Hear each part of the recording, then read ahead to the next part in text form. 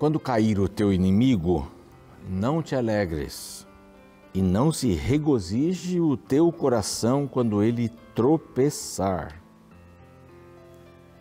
para que o Senhor não veja isso e lhe desagrade e desvie dele a sua ira. Não te aflijas por causa dos malfeitores. Vou voltar tudo. Quando cair o teu inimigo, não te alegres, e não se regozije o teu coração quando ele tropeçar. A gente, quando criança, assim, tem esse negócio, da criança cai no chão, o amigo, a gente ri. Se machucou, a gente ri. E até hoje, se acontece alguma coisa, a gente mais adulto, né, mais maduro, quando vê uma situação dessa, alguém caiu no chão, parece uma coisa engraçada, mas não é engraçado, né? Não é engraçado ver alguém cair que você não conhece. E aqui, esse verso está dizendo aqui que o teu inimigo, vou usar aqui a segunda pessoa, mas o teu inimigo, quando cair o quê? Não quando cair um tombo, mas quando cair, quando ele for desmascarado, né? Quando a justiça foi feita e tal, a Bíblia diz aqui para a gente não ficar feliz com isso, não ficar feliz. Por quê? Será que a Bíblia fala isso, né? Quando ele tropeçar, não fique feliz, não regozije o seu coração. Porque infelizmente ele tropeçou, infelizmente ele caiu, entre aspas, infelizmente ele errou, infelizmente ele foi preso. Não é? Ou alguma coisa pequena, alguma coisa grande, não existe benefício para você quando você se alegra com a queda de quem quer que seja, inclusive de um inimigo. Por quê? Isso não vai mudar a minha vida. A minha vida vai ser mudada aqui, ó, na minha cabeça. Há pessoas que fizeram mal para a gente, é claro que a gente fica chateado. Mas desejar que essa pessoa caia, que essa pessoa se machuque, que essa pessoa morra, que essa pessoa... Não é necessário para isso. Ah, mas tem que ser feita a justiça? Sim, pode buscar a justiça humana e tal, mas não se desespere por causa disso. Eu serei só feliz quando esse indivíduo estiver preso ou morto, etc. Quando o meu inimigo, aquele que me fez mal, aquele amigo de infância que se tornou meu inimigo, não tem graça isso na vida. A Bíblia vem recomendando para você viver a sua vida e viver em paz. Essa é a palavra de Deus.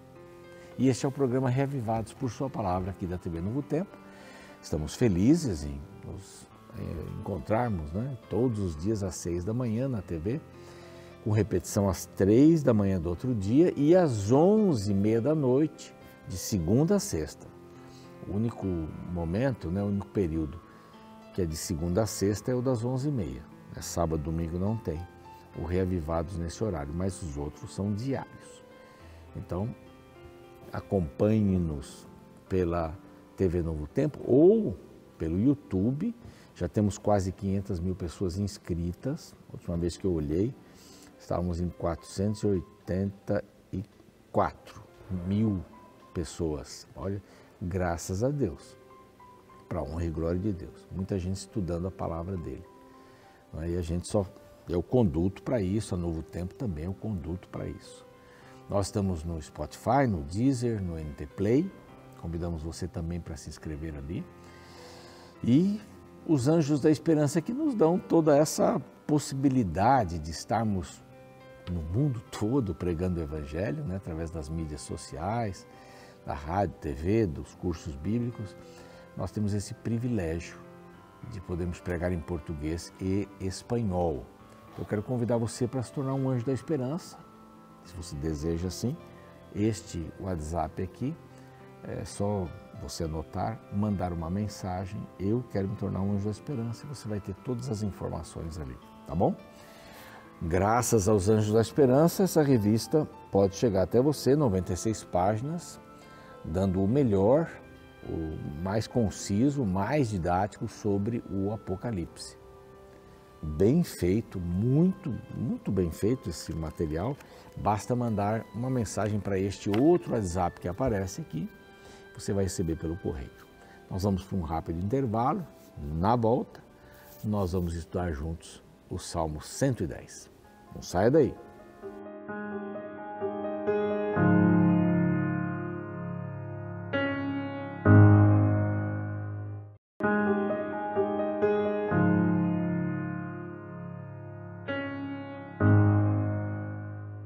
Muito bem, já estamos de volta com o Salmo 110. Ontem nós vimos Davi, que é quem também escreve o Salmo 110, no Salmo 109 ter aquela visão vingativa, né? E nós chegamos à conclusão que a melhor vingança é amar o seu inimigo. Amar o seu inimigo. Isso vai colocar brasas quentes, brasas vivas na sua mente. E é assim que a Bíblia nos orienta, não é? E o versinho que lemos aí no primeiro bloco, que fala da gente não se alegrar quando o inimigo cai, é derrotado e tal. Não tem sentido viver assim, a gente não ganha nada com isso. Mas nesse salmo aqui, a gente encontra Davi chamando o Messias de Senhor. Então é um salmo messiânico este aqui. O reino e o sacerdócio do Messias. Davi estava olhando para o seu 40º neto, na sequência, não sei nem como é que fala isso, eu sei bisneto, trineto não, é tataraneto, né? E assim vai. Depois a gente só chama de neto, não tem como chamar de outro jeito, também a gente não vai viver, e Davi não viveu para ver o 40º neto, mas ele estava apontando lá para o seu 40º neto. Seriam 40 gerações até Jesus aparecer. E na realidade Jesus é que assume o trono de Davi, não é? Depois que o povo de Israel foi derrotado pelos babilônicos, nunca mais teve aquela força, aquela beleza, aquela magia do povo de Deus, um rei, etc. Mas Davi está olhando lá para o 40º neto, Messias. Ele não sabia que seria o 40º neto, né? Mas esse era o seu neto. E ele chama o seu neto de Senhor, 1000 anos antes dele nascer. Aqui. Disse o Senhor, que essa palavra é Jeová, ou Javé, que é a melhor expressão. Jeová é uma influência alemã, mas tudo bem se você falar Jeová. Mas disse Javé ao meu Adonai, ao meu Senhor. Disse Javé ao meu Senhor, assenta-te à minha direita. Ele chama a Jesus de Senhor. E se ele chama a Jesus, o Messias, de Senhor, Javé, o Pai, Adonai, aqui no caso não é a tradução para filho, né? Mas ele chama o Filho de Senhor, ele chama o Messias de Senhor. Isso é muito significativo, teologicamente é muito importante isso. Ele dá a mesma conotação da divindade para Jesus, a mesma. Ele não nasceu, ele não adoraria alguém que tinha nascido. Ninguém adora anjos, embora alguns foram lá se ajoelhar diante de anjos, a Bíblia conta histórias assim, e o anjo diz, não, levanta, eu sou um conservo teu, eu sou criatura também, levanta. Não é? Mas ele chama a Deus de Senhor. E aqui a gente tem alguns retratos, né? Dos versos 1 ao 3, ele chama Jesus, ou ele vê Jesus como um rei. A partir do verso 4, né? Até o verso, é só o verso 4, ele chama o rei, ou ele vê Jesus, o Messias, como rei e sacerdote. Então ele vê como rei, depois ele vê como rei e sacerdote, e para finalizar do 5 ao 7, é um salmo pequeno, tem 7 versos, ele vê o sacerdote rei, que o sacerdote rei é um vindicador. Ele vem para praticar a justiça, ele vem para aplicar a sentença, para fazer a sentença ser aplicada. Então é essa visão aqui bastante grande, bastante grande. É uma honra olhar para o Messias, é uma honra olhar, porque Davi sabia que dele nasceria o Messias. E o diabo fez tanto, e lá desde o Éden, quando Deus disse que ia colocar inimizade entre Adão e Eva e a serpente, o diabo, porque eles eram amigos agora, eles confiavam uns nos outros. Então, quando ele disse, eu vou colocar inimizade, Satanás já entendeu que Deus tinha um plano para resolver essa questão do pecado. E o plano envolvia um cordeiro que seria morto. no lugar. Então, quando Deus disse, se vocês pecarem, vocês vão morrer, foi isso que Deus disse, pecar, vão morrer. E quando eles pecaram, Satanás, de duas uma, bom, ou ele perdoa, aí eu digo, eu também quero perdão, quero voltar para o céu, com a minha posição, quero voltar como anjo querubim cobridor. Perdoa aqui, e o Senhor é mentiroso. O Senhor disse que ia matar, agora perdoa, então eu também quero. E se Deus tivesse matado Adão e Eva, Satanás apareceria ou diria, né? Olha, tá vendo como ele é injusto? Ele mata mesmo. Porque ninguém sabia o que era morrer, né? Ninguém tinha morrido, nenhum anjo tinha morrido. Ninguém sabia o que significava morrer. Mas Deus então deu o significado. A partir de hoje, Adão, vocês vão começar a morrer. A gente nasce, né? Cresce e começa a morrer. A gente vai ficando velho desde o primeiro dia que nasce, né? Então, isso daqui, Deus disse, então vocês vão morrer. Essa morte, a primeira morte, vocês vão morrer. Ela não é opcional. Todos morrem, menos aqueles que estiverem vivos quando Jesus voltar. Bom, mas todos morrem. Agora, a segunda morte é opcional. Se você aceitar a minha morte no seu lugar, a segunda morte é opcional. Como eu não vou vir agora, eu não vou morrer agora, então eu vou deixar um cordeiro. Você mata o cordeiro e Adão pode ter dito, mas o cordeiro não fez nada. É exatamente isso. Eu não fiz nada para merecer a morte, mas eu vou morrer no seu lugar. Porque eu disse que quem comesse da fruta morreria. Não disse isso, então vai morrer. Primeira morte você vai morrer. Agora a segunda morte só depende de vocês. Quem aceitar a minha morte não vai morrer a segunda. Não vai morrer a segunda. A segunda é deixar de existir. Viva com isso, né? Viva com isso. Então Satanás se deu mal, né? Nem uma coisa nem outra. Como Satanás nunca iria aceitar a Deus como o seu Senhor, porque ele disse, eu vou subir, eu vou fazer, eu sei, eu vou ser semelhante ao Altíssimo, eu quero ser Senhor, eu quero ser Senhor. E Davi vem quebrando um pouco isso, chamando o Messias de Senhor, de Adonai. Então, disse o Senhor, disse Javé, o meu Senhor, assenta-te à minha direita, até que eu ponha os teus inimigos debaixo dos teus pés. Aqui é eminentemente um salmo. Quem tem referências na Bíblia vai ver Mateus, Marcos, Lucas, Atos, Efésios, Colossenses, Hebreus, 1 aos Coríntios, que fazem referência a isso, ligando ao Messias. O Senhor enviará de Sião o cetro do seu poder, dizendo, domina entre os teus inimigos. Então, esse Messias é rei, cetro do poder. Só que ele vem com armas espirituais. Então, aqui é uma coisa que a gente tem que esclarecer, né? A gente imagina que Deus vai me dar tudo o que eu preciso e tudo mais, etc. Casa, carro, coisas materiais, não. Deus não disse na Bíblia que iria nos dar bens materiais como fim em si mesmo. Ou como fins, né, em si mesmos. Deus disse que nos daria dons espirituais. E isso Ele disse que vai dar. Perdão, paz, graça, misericórdia, isso Ele vai dar. Todo aquele que tiver a Deus como seu Senhor vai receber esses dons espirituais. A riqueza está aí nos dons espirituais. Aqui está a riqueza. Então, as armas espirituais são as armas do reino. E a Bíblia aqui diz que ele é um rei. Mas diz também aqui no verso 4, o Senhor jurou e não se arrependerá, tu és sacerdote para sempre, segundo a ordem de Melquisedeque. Jesus, a Melquisedeque é um camado estranho, ele não tem descendência, ele não tem hereditariedade, não tem nada.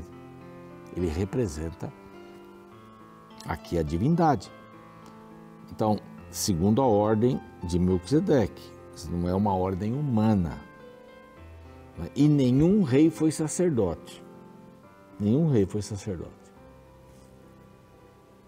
Ele é um sacerdote, é rei e é um sacerdote. Mas no verso 5, a gente vê que ele é um sacerdote, rei e um vindicador. O Senhor à tua direita, no dia da tua ira, esmagará os reis. Ele vem vindicar. Ele vem aplicar a sentença. Ele julga as nações, então também é juiz. Então ele é rei, ele é sacerdote, ele é vindicador, não é? Guerreiro, vindicador. Ele é juiz. Então ele julga as nações, enche-as de cadáveres, esmagará a cabeça por toda a terra. Quer dizer, ele também é um guerreiro. Haverá um fim para tudo isso. O mal vai deixar de existir e os ímpios vão morrer todos. E o verso 7, de caminho bebe na torrente e passa de cabeça erguida. Aqui é um guerreiro. Ele não para beber, ele tem uma função, como os soldados de Gideão. Todo aquele que se deitava para beber e tal, ele tem um objetivo. Então esse é um salmo muito lindo, porque ele enaltece o reino e o sacerdócio do Messias. Bem diferente, né? A compreensão, esse é um salmo profético. Davi era um profeta. Quando você olha para Jesus, quem é que você vê? Quando a gente olha para Jesus, a gente tem que ver um rei poderoso. É um menino que nasceu lá em Belém, mas ele vai voltar como um rei poderoso. É rei. Ele era o cordeiro, mas também o sacerdote. Mas também o juiz. Mas também o vindicador. Então, ele é rei, ele é sacerdote, ele é vindicador, ele é juiz. Então, ele é o único que pode aplicar a sentença, é o único que pode dar a sentença e aplicar a sentença. E ele vai fazer isso como algo determinado ou determinante. Então, você tem uma relação com um Deus que é super real. E a pergunta é assim, esse rei, esse sacerdote, esse juiz, esse vindicador, ele tem lugar de honra na sua vida? Você consegue, como Davi, exaltá-lo e chamá-lo de Senhor? Esse Senhor, Adonai, aqui é traduzido Septuaginta, o que é a tradução para o grego, como Kyrios. Kyrios. Sabe quem era chamado de Kyrios? César. Porque ele era um Deus, rei e Deus. E ele mal sabia que tinha alguém na época dele sendo chamado, esse César, né, que viveu nesse período de Jesus, que era chamado de Kyrios também, Senhor. E Davi, 1000 anos antes, 40 gerações antes, se dirige ao seu 40º neto e diz assim, Senhor, Adonai. Adonai é muito forte na língua hebraica. Adonai, Senhor. Então, a pergunta para a gente pensar. Ele tem lugar de honra na sua vida? Como rei, como sacerdote, como juiz, como vindicador. Ele tem lugar de honra na sua vida? Ou você é só nominal? Você já ouviu as pessoas falarem, não, eu sou cristão nominal. Olha, eu sou cristão, mas não sou praticante. Então você não é cristão. Porque o nome cristão foi dado para os discípulos que estavam em Antioquia, porque eles eram parecidos com Jesus. Eles eram parecidos com aqueles itens que eles mencionavam nos seus sermões. Então só merece o título de cristão quem imita Jesus, quem é Jesus para as pessoas. Quem tem um lugar de honra para o rei, para o sacerdote, para o juiz, para o vindicador. Assim como Davi o coloca como seu Senhor. Isso é um salmo messiânico, coisa linda, né? 1000 anos antes. Que Deus abençoe você. Que exista um lugar de honra para Jesus no seu coração. Rei, sacerdote, juiz, vindicador. Vamos orar? Pai querido, te agradecemos. O Senhor é grande, é rei. O Senhor é sacerdote, é juiz, é vindicador. E nós louvamos o teu nome. Mas nós não queremos que isso seja apenas um quadro pregado na parede da nossa casa, mas que seja uma realidade que esteja em nosso coração. Que possamos ter um lugar de honra para este rei, esse Senhor, para dominar a nossa vida.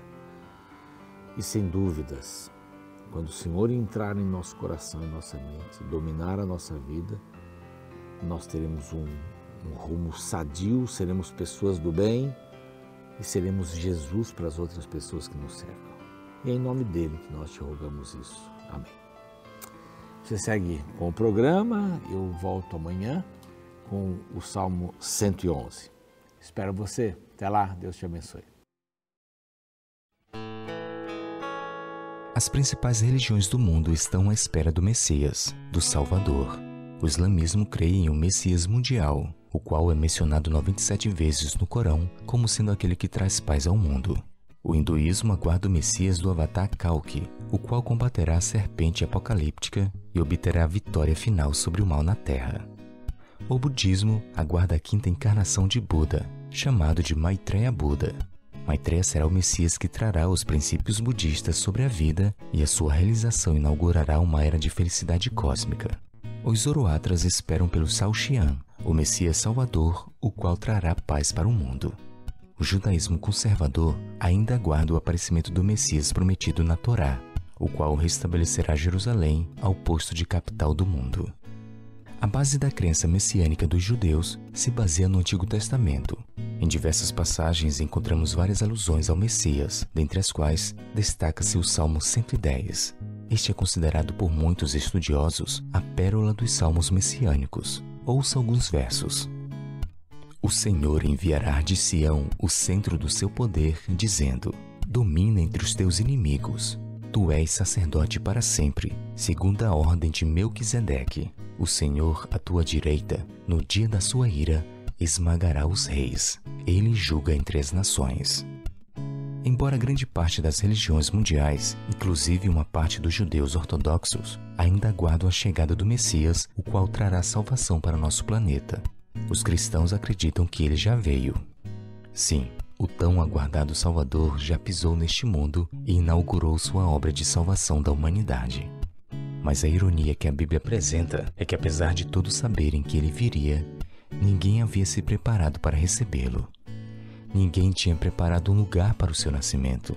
Não havia preparado uma recepção digna de um rei. Mesmo nascendo entre o povo que sabia que ele viria, tudo que Jesus conseguiu foi um estábulo para nascer e uns poucos pastores de ovelha para lhe recepcionar. Atualmente o cristianismo aguarda o segundo retorno do Messias, não mais como um bebê, mas como o Rei dos Reis e Senhor dos Senhores. Porém, vale lembrar que saber que ele vem não serve de nada se não houver preparação para sua vinda.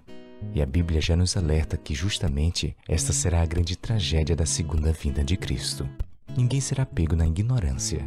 Todos saberão que o Messias estava às portas, mas poucos estarão preparados para recebê-lo. Diante desta verdade impactante, eu te pergunto: e você? Se o Messias voltasse hoje, mesmo sabendo desta verdade, você estaria preparado?